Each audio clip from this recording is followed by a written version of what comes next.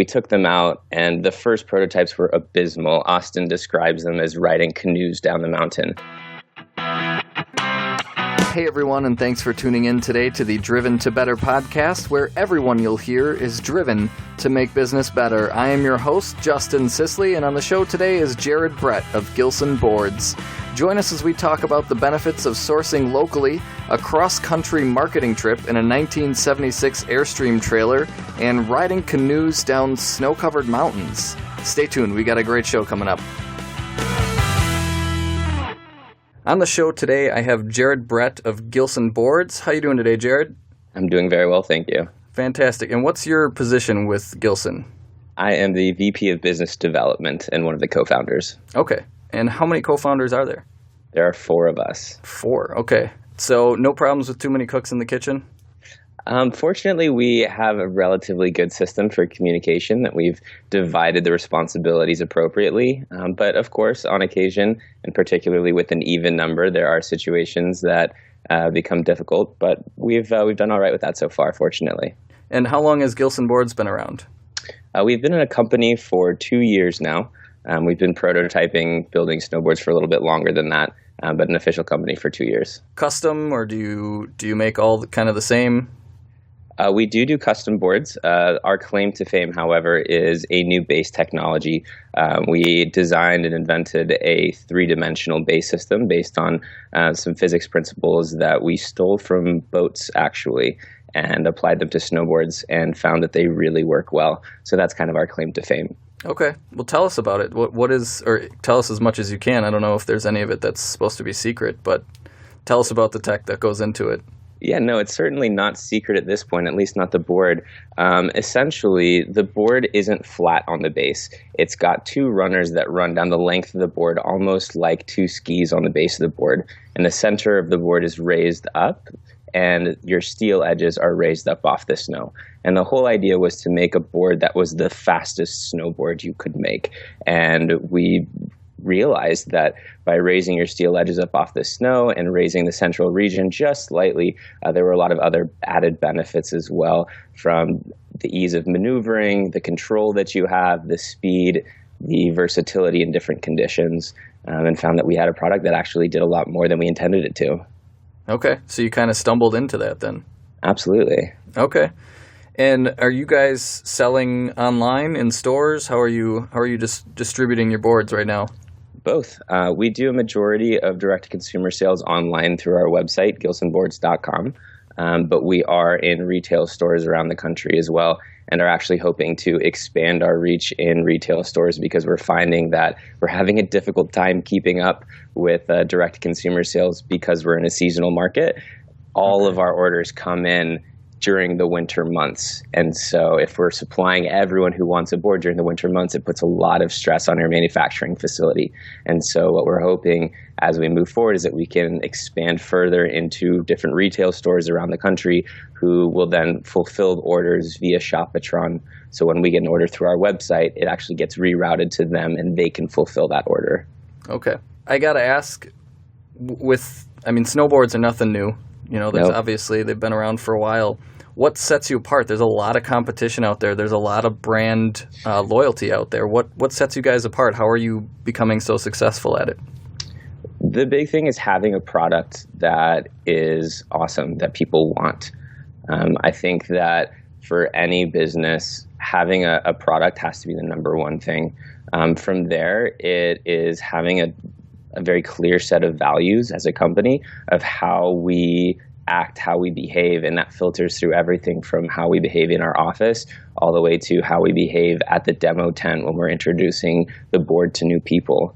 I think that people often think that companies have to have this really big claim to fame that changes the game for everyone, and I think that it can be a lot more subtle than that. Okay. Obviously, your tech sets you apart.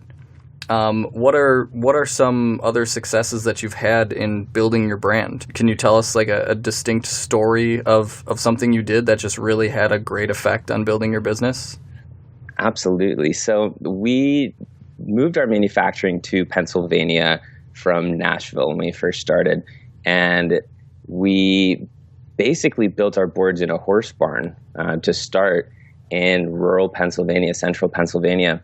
And we decided at that point that we needed the help of local machinists and local craftsmen to help us design some of the machines that we would be using, because we needed different machines to build our boards than the standard, because our technology was different. And when we started doing that, we started working with people who were incredibly talented at designing and building machines and things with their hands, that we were thinking initially that we'd go and just buy a pressing system from whomever, or build our boards in China like most other companies do. And when we started to approach the people around us and found how much knowledge there was in the area, it was a no-brainer that we had to stay here. And so we, at the time, not having a ton of money, decided that we were going to do as much as we could for the community to kind of drum up some support for us. And what ended up happening is, for instance, the guy who welded our press together, we did a work trade and we chopped his firewood for him. And we supplied heat to his house for his family for the winter. And we received a welded pressing system. This is kind of an example of kind of small town business doing really amazing things for a startup company, which was really helpful at the time. Yeah. Wow. Okay. And in doing that, you obviously now have an evangelist for your brand, because somebody who receives that kind of, it's not the norm. It's not the norm to pay somebody by chopping firewood. So that guy's going to be talking about your business to everyone he meets. Absolutely. Absolutely. And we have that experience with just about everyone we come into contact with in our area. We try to do as much business as we can locally, from sourcing the woods that we use in our cores are all poplar. Our neighbor has a poplar forest that we use his wood. He's an evangelist for us. The person who presses all of our boards together right down the street at Stanley Woodworking has bought 3 or 4 boards from us as gifts for his family. It's everyone in the community suddenly becomes involved when you keep everything as local as possible. Wow. Yeah, that's a great strategy. So I'm looking at your website right now, and I noticed, so I don't snowboard. Let me just tell you that. I'm sorry, but I hate winter. I don't know why I'm in Wisconsin. I should have moved long ago. But I'm noticing pricing is a few $100. Looks like I'm looking at $529 for the Cherry Stinger, $349. How does that compare to other snowboards out there? I have no idea what they cost. We consider ourselves priced at the lower end of the premium snowboard market. So people who purchase snowboards, who are first-time riders or purchasing for their kids, generally pay in the $200 realm. And that's a board that you might be able to get at your local chain sports store, like a Dick's Sporting Goods or a Sports Mart or Sports Authority. And then you have other brands who cater to people that are a little bit more experienced, or that want something of higher quality that's going to hold up, be able to be ridden for a few years. And we call that the premium snowboard market. And that is from $450 up to around $750. And so we're at the lower end of the premium snowboard market. Products that are going to last, hopefully, forever. That's how we design them. And for people that really want to kind of push themselves in the sport. Okay. And I want to bring back a point you talked about earlier. You started in Nashville. There's no snow in Nashville, is there? There's there's a little bit of snow, but there's no snowboarding in Nashville. That is true. So now take us back now. Give us the origin story. How the hell do you start a snowboard company in Nashville, Tennessee? So myself, Nicholas Gilson, and Austin Royer were 3 teachers in Nashville. We were middle school teachers teaching 5th and 6th grade science. And we were young teachers. Teaching is a very difficult career. And we found that we couldn't do the things that our fellow young 20-somethings were doing with their lives, because we were so dedicated to tutoring our kids after school and to writing, tests and lesson plans, that the only thing we could do to kind of take our minds off of it was to go down into the basement and to build things. And Nicholas had a background in carpentry. Austin had a background in construction. And so we started building things like beds and cabinets and picture frames. And one day Nick said, "Hey, I have had this idea for a snowboard when I was 14 years old. Do you guys want to build a snowboard?" And we said, sure, absolutely. My background was where I grew up in San Diego surfing. I had built surfboards before, and Austin loved snowboarding as well. And we said, yes, let's build a snowboard. And we built this prototype for a new technology, three-dimensional base. And it was all done in the crawl space of Nick's house in Nashville. Wow. Okay. So Nick was the one who kind of came up with the raised design? Yes. Okay. He is the inventor and mastermind of the Gilson board currently. Okay. So then you're building these snowboards in a crawl space in Nashville. When did you guys move to Pennsylvania? That was the following summer. Okay. That was 2 summers ago. We went from Nashville, and Nick and I both quit our teaching positions and came up to Austin's family farm in central Pennsylvania. We kept overhead as low as possible and worked out of their horse barn. Literally, the front half was our facility for building snowboards, and the back half was for the horses and donkeys. Awesome. So you had some pretty messy roommates then. Definitely. Okay. So during the time that you were still in Nashville, were you selling boards? I mean, was it something that was truly a business, or was it kind of just always a hobby while you were still in Nashville? At that time, it was transitioning from a hobby to a business. After we made those first prototypes in the basement, we took them out, and the first prototypes were abysmal. Austin describes them as riding canoes down the mountain. They were incredibly heavy, incredibly stiff. And like I said earlier, our goal was to make the fastest snowboard ever, and we couldn't even judge whether they were faster because they were so difficult to ride.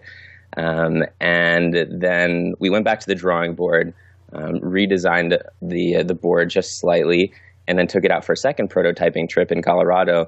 And that was the point where we started to realize this might be a business, when a bunch of our friends who had come with us on this fun ski week trip during winter break decided they wanted to try our boards. Obviously, it's cool. Our friends built snowboards. Let's try them. And when our friends came down the mountain and asked us, like, hey, will you build me one?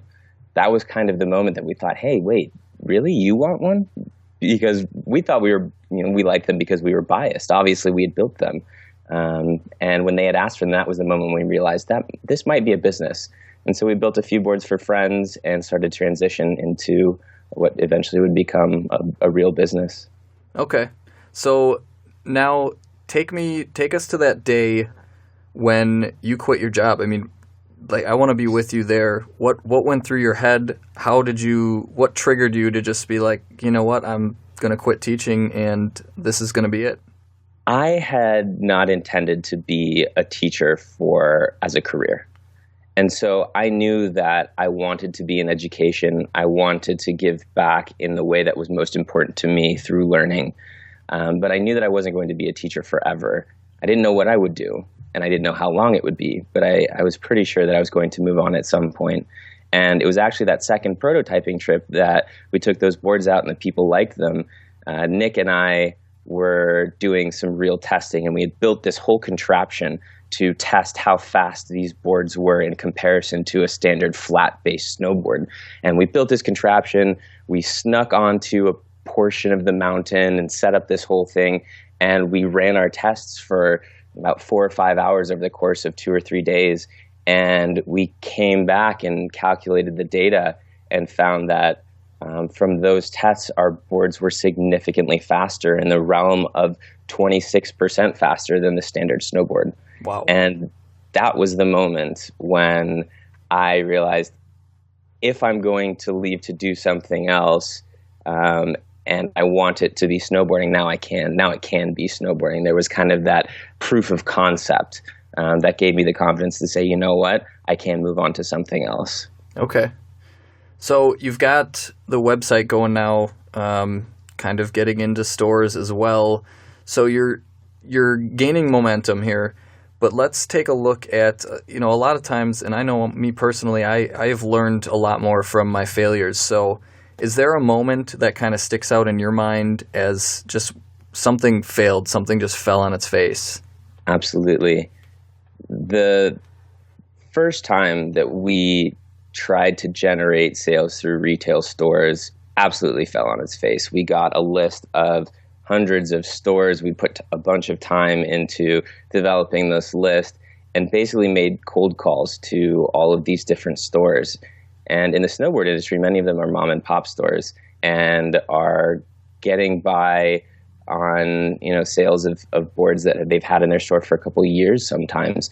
And we just had no chance of getting into these stores being a new brand without brand recognition, without proof that, the market was ready for a newly designed snowboard. And so our first year, we went from a model of thinking, oh yeah, we're going to build these boards and get them into stores and then that will carry itself. We had to completely redesign our marketing plan to find a way to get the boards out there because we realized they weren't going to be in stores in California. They weren't going to be in stores in Colorado. How are we going to get people around the country to realize that there's a new board out there, there's a new technology? And so based on that, we actually decided to do a winter tour.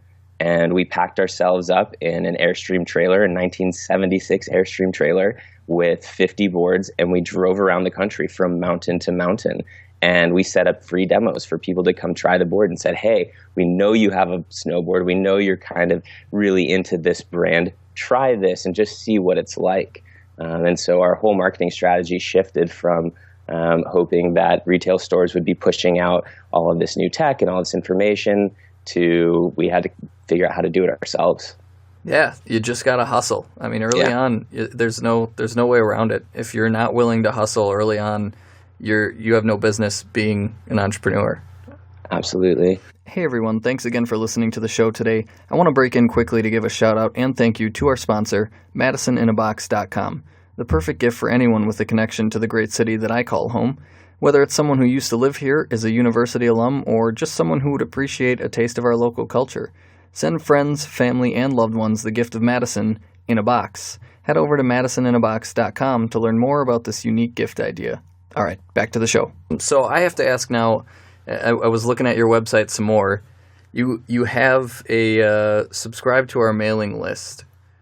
What happens when somebody subscribes to your mailing list? What do you do with those people? So those emails actually come into my inbox, and usually I respond to them directly, personally. I feel pretty strongly about interacting with everyone that is interested in our boards. I find that to be the most rewarding part for me. I know that's why I got into entrepreneurship in the first place, was because I felt such joy and excitement at doing or creating or building something that people really appreciated and then seeing that actually come to fruition. And so when those mailing list emails come in, I respond to people directly and say, hey, is there anything I can do for you? Or do you have any questions? Or here's my answer to your question. Is there a chance that we're going to get to ride together? Can we take some turns? Where do you live? Where's your local mountain? Hopefully we'll have a demo day there soon. That's a great way to use it. I know a lot of people just kind of put email subscribers on a list to get a newsletter that nobody cares about, every month. And I'm sure most of those newsletters go completely unread. So it's good to hear that you're using it for something worthwhile. Going forward, what is the plan? You guys are 2 years into it now. You're experiencing growth, I'm assuming, it sounds like, right? Yes. What's the next level for you guys? What's your plan? The next stage is in the next 3 to 5 years. Gilson Boards, the new technology, a three-dimensional base, is going to become one of the next things in snowboarding. It already has shifted in that direction. Outside Magazine named us one of their top 6 most innovative American-made snowboard or snow companies. We're starting to get that buzz in the air that, hey, snowboards don't have to be flat. And in fact, we've already seen some other companies, big name companies, starting to prototype boards that have three-dimensional bases like ours. And so the next step then is to continue to expand our presence with this kind of new idea, and then to continue adding new layers of technology onto the snowboard over time, and hopefully expanding the sport to give everyone an opportunity to ride exactly how they want to. So do you have a patent on this technology or no? We have 2 pending patents. Okay. I know I've never patented anything, but I know it's very expensive, isn't it? It is very expensive. So it's something where your patent pending is important, but doesn't really mean anything yet. But you guys, it sounds like, are really banking on creating a brand instead of just having a commodity. You guys are focused on saying, hey, you know what, this is a Gilson board. This is the original raised board. This is the original board that uses this technology. Yes, you can get it from insert other snowboard company here for probably cheaper, but we're the best. We're the original. Is that kind of where you guys are headed? Absolutely. And the reason for that is, unfortunately, in my experience, IP for startups doesn't do much for you in the early days. It's a fantastic commodity to have if you're looking for an exit. It's a fantastic commodity if you're a massive corporation. But as a startup, having IP locked up is good. It's important. It's imperative. But you can't really do anything with it until you have a brand that people recognize. The reason for that is, if one of these other companies decides that they're going to come out with a board that is designed exactly like ours, even if we have the patent, what are our options? We can take them to court, and then we'll sit in litigation until we run out of money. They have the resources to be able to pour money into these things that will eventually run us dry.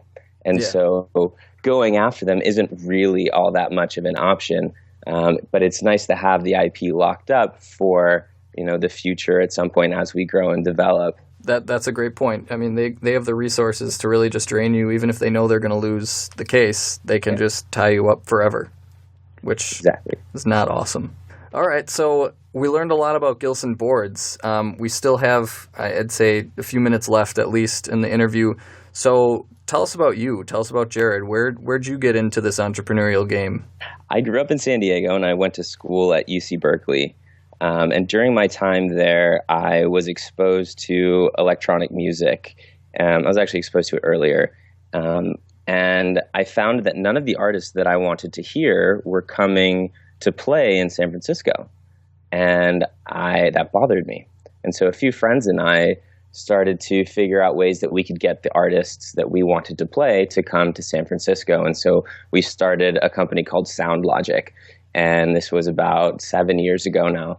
And what Sound Logic did was we promoted artists through our blog, which ended up having close to 150,000 unique visitors a month to come and see what kind of music they like to expand as this electronic music craze started to grow.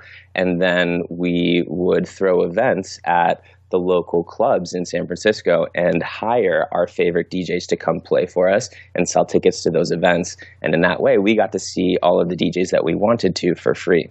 Okay. Brilliant. And so I kind of fell into the entrepreneurial space in that way. Like I said before, I've always really enjoyed the feeling that I get through helping. One of my 5 love languages, my strongest love language, is gift giving.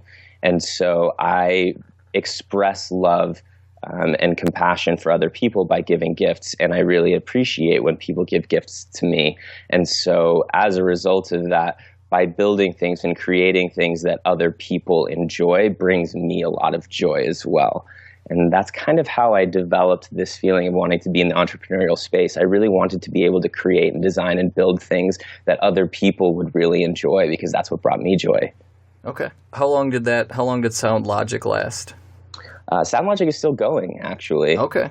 Are you still involved? I am no longer involved. I was involved for the first 3 years, and then I decided to leave and go become a teacher for a few years.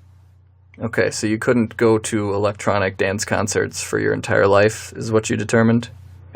Precisely. I've always been somebody who's a little bit curious about everything. I really love to read.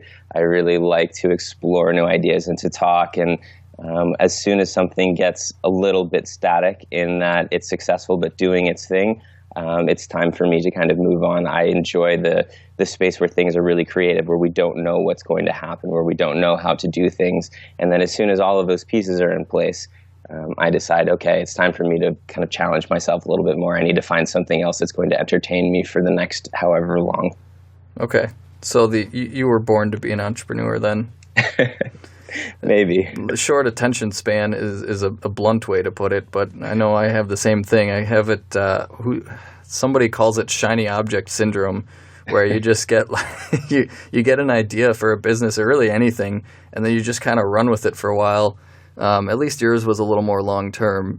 Sometimes I'll get an idea and I'll build a website over the weekend, and then the week after that, I'm just like, that was a stupid idea. Why did I waste all that time building a website? Absolutely. Luckily, domain names are like $3, so it's not much out of pocket for it. It's just a little time wasted. Yeah, that's something that I had to really challenge myself to develop, a skill of being very discerning, because that stuff happens all the time where you just run with an idea, and then as soon as you get to a point where you're realizing it's not quite going to work, you realize it was never really going to work from the start. And so being very discerning early on and forcing myself to say, hey, this idea is fantastic. It's beautiful in every way. Let's take a step back, breathe, and let's look at it from kind of a 360-degree view and see, is this appealing to anyone else? And if not, I'll have another idea by this afternoon. Yeah. Well, entrepreneurs, a lot of the most successful companies were built to satisfy the founder's own desires. So it's not always a bad thing to build a company. I don't want people listening to think, oh, well, if it's just a company built around something I want, then it's not going to be successful. It's possible. You can do it that way, but just realize that going off of every whim that you have for something that you think might appeal to other people, do a little bit of research first and don't waste so much time. An excellent distinction. Yeah. So that kind of wraps up the big portion of it, talking about you and Gilson. I've got just a few other kind of quick answer questions for you to get on our way out here. So starting with a person in your life, or maybe not in your life, but just somebody you kind of look up to, someone who inspires you. I would have to say Pema Chodron. She is a wonderful Theravadan Buddhist who approaches life and writing and sharing in just an absolutely beautiful way. And I find that her words are often inspiring, one of which particularly I remind myself all the time is to be gentle with yourself, particularly in the entrepreneurial space. The hardest part about being an entrepreneur is the psychological aspect, that you're never really sure about anything. And I often think of her words and just remind myself to be gentle with myself when I'm having those moments of doubt. Yeah, you bring up a good point. I mean, entrepreneurialism is not for everybody. I mean, you don't have a paycheck coming in every week. You're not punching a time clock. And for some people, that's scary. It's really scary. And you have those moments of doubt. Even if you don't think that that's scary, you'll still have the moments of self-doubt. But it's important to remember that, you're in this for a reason. It's because your heart's in it, and you'll figure out a way to do it and just kind of calm down. Exactly. All right. Is there a book? And it sounds like your person is a writer, so this could be related. But is there a book that you've read that really kind of affects you, has helped you out in your journey through life and entrepreneurialism? Absolutely. Well, I would recommend many of Pema's books to anyone who is just an interested or avid reader in general, or interested in Buddhist philosophy. My answer to this will actually be a category of one by Joe Calloway, or actually really any of the books that Joe Calloway has written. He is a business advisor and business consultant, and I find that the way that he approaches business is very much from a very simple perspective. And in a category of one, his whole idea is you don't have to be the best at everything. In fact, being the best at everything is almost impossible to do. The idea is that you need to find a category that nobody else is in that space, and you need to fill that space. And I find that to be really inspiring from both a business perspective. The reason why we designed a three-dimensional base, we have a snowboard that really changes the snowboard industry in many ways. But I also find that personally it's very helpful to think, how can I be a category of one? Maybe I'll be the person who is willing to do something kind of random and crazy for other people and really express my personal love language of gift giving in a way that nobody else does, and I'll become that category of one somehow. But I highly recommend reading, or hopefully if you get a chance to speak with or see him speak, Joe Calloway's books. All right, last thing would be a business resource. Is there something that you find you guys over at Gilson are using a lot and really helps out your business? I'm going to take a slightly different approach and say Reddit. Okay, which is where we established this interview. Yes, precisely. I find that I discover so many ideas and so many tools on Reddit that it's by far the most useful business resource that I have, because it is a combination of everything from a pool of business resources to a pool of potential customers to a pool of co-entrepreneurs and other very wise and intelligent people that help to inspire me personally and my personal development in the way that I run my business as well. And just a word of caution for people listening who may not have heard of Reddit. We'll just have to apologize now for leading you to Reddit, because you're going to waste a lot of time there. It is an extraordinary resource because it's got those business sections of it, but there's also cat sections of it and stupid internet meme sections that will just keep your attention for way too long. So you guys can blame Jared for that when you realize you've spent half your workday on Reddit. My sincerest apologies. All right. Well, that wraps up the interview. Last thing I want to ask is there any other piece of guidance you have for somebody who's an early entrepreneur, or maybe hasn't even taken that leap yet into the entrepreneurial world? What have you found served you well? Once you're in the entrepreneurial world, find mentors. Absolutely find mentors. There are people that have done this before. There are people that would love nothing more than to be in that space again and want to help. I think we were raised in a generation and an environment where information is at our fingertips and we can do everything ourselves, and we've trained ourselves to really enjoy doing everything independently. And that was something that I didn't realize at first, that I don't have to do everything by myself. I don't have to make the same mistakes that lots of other people did. Mentors have been really huge and helpful in speeding up the process of what we've been doing. Okay. Also, I have to put in a plug here for the DTB Plus Club, because part of that is a private Facebook group comprised of people who are entrepreneurs or people who want to be entrepreneurs. It's a great place to possibly find a mentor, but at the very least, find other people who are like-minded. So check it out at driventobetter.com/DTB Plus. Thank you so much, Jared, for being on the show. I really appreciate you taking your time. And best of luck to you and Gilson Boards going forward. That's gilsonboards.com. Thanks again for joining us today. If you like what you hear, head over to driventobetter.com. Check out the show notes where we'll have everything we talked about here today. You can just search the name of the guest or their company, and that should pop up for you. While you're there, consider joining our DTB Plus Club. If you're not sure what that is, some of our guests will come to us with special offers, giveaways, contests, or discounts for our audience. The only way to get these is to become a member of the DTB Plus Club. In addition to bi-weekly emails with these offers, you'll also get exclusive access to the Plus Club private Facebook page. This is a place where like-minded entrepreneurs and soon-to-be entrepreneurs gather and exchange ideas, tips, and advice. Our guests talk a lot about having a support community, and the DTB Plus Club is just that. The best part is it's absolutely free to join. So head over to driventobetter.com now and check it out. Thanks again. See you next time.